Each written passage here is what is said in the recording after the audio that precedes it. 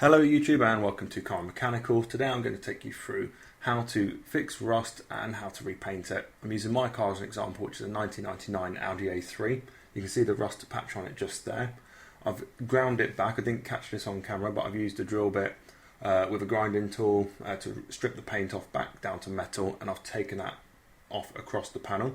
You can see in the middle where it's pitted, there's also a bit of rust underneath. There was a door sill there which gets replaced, gets put back on. However, I've not felt the need to go over the top and taking all the paint off there because of it's hidden. I just literally want to cure the rust and get the paint blended back into the rest of the bodywork. So you can use an orbital sander, you can sand by hand, or you can use a drill with a drill bit like I have there. Whatever gets you the result of getting back to metal before you treat the rust. So now I've taken back the paint, I'm going to go over the panel with some panel wipe to take away any paint residue, any dust, any nasty stuff that might just be in the paint in general as well, because we're going to be overspraying not just the area that has been sanded back. Panel wipes are quite handy. You can get them in sort of tubs, or you can get liquid that you can put onto rags and then just wipe it over, but it does make the end result a lot better. It's going to stop contamination in your paintwork. So the stuff I'm going to use is called crust. It's a rust killer. You can see I've got quite a bit over there. Some of it's more pitted than others and some of it's less obvious.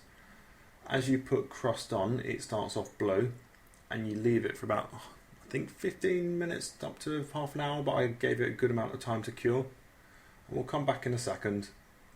And we see as it cures, it's turned a purplish black colour, so it's converted that rust. So I'm now happy that I can paint onto the rust. So I'm going to use a zinc primer. I would recommend using something better than beer boxes as masking on the car. But before I do prime it, I'm going to use some wet sand. I'm using 600 grit there, and that's so I get a smooth transition from the existing paint to the new paint. If you run your fingernail over it, you'll feel quite the big dent once you first sand it off. This is to smooth it over and so we can blend into that paintwork quite nicely. With your wet sanding, use whatever you want. You can use 600, 900, 1000. You don't need to put much pressure in. Just keep it wet. Run over the sandpaper until it's smooth, until it blends between the two. So I've now got the result I was after here. I've masked everything off. Again, wish I'd masked off with paper and done this slightly higher up, but this will do on this job. I'm using a zinc etch primer and doing slow coats over. I'm trying not to go too much because I don't want any runs in the paint, because I'm going to have to sand those back. And I'm not fussed about the little bits of overspray we're getting. In fact, once I've finished, I'm checking over it and it's not quite a smooth transition, so I'm going to do a bit more wet sanding. So again, same principle as before. High grit if you can, so I don't know, 600, 1200, whatever you've got hold of, and just go over and smooth that out. So I go over this and I wet sand over the lot of it, and what I end up with is seeing some of the bare metal again. So with the bare metal showing, I'm going to spray that in a minute.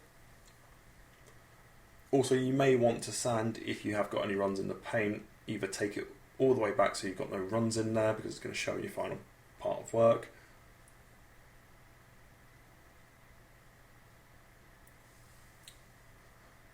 Okay. So just a little bit more to go there. I wish that when I'd done this I had actually sanded off a lot more of the whole door, maybe to the halfway point even, with some sort of rough sanding to sort of blend in, and then I would have masked off higher because it wouldn't have given such a straight cut line. So here again you can see where it's gone back to the bare metal with the wet sanding, and we're just going to go for the final bit of priming here.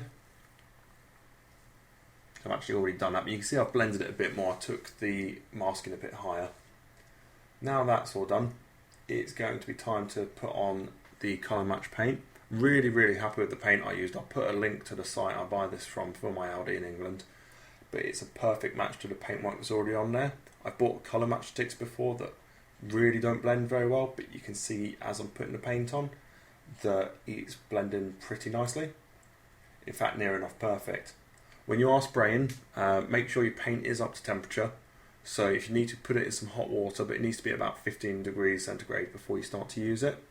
And do it in small coats. Remember, you can always go back over if you do too light a coat, so you can do more and more. But if you do too much and get a run in, you're going to have to take it all the way back to bare metal and start again.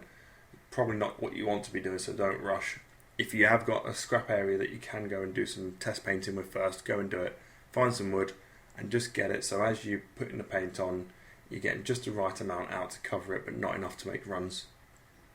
I wish the camera wasn't so blurred, but we can see the end result here in the picture. Just a little bit I haven't caught at the edge of the door, and I went to mask up the other side of the car. But again, you can see how that blends in. There is a little bit of a colour differential, but it's not too much, and with the end result compared to the beginning, I'm quite happy with this.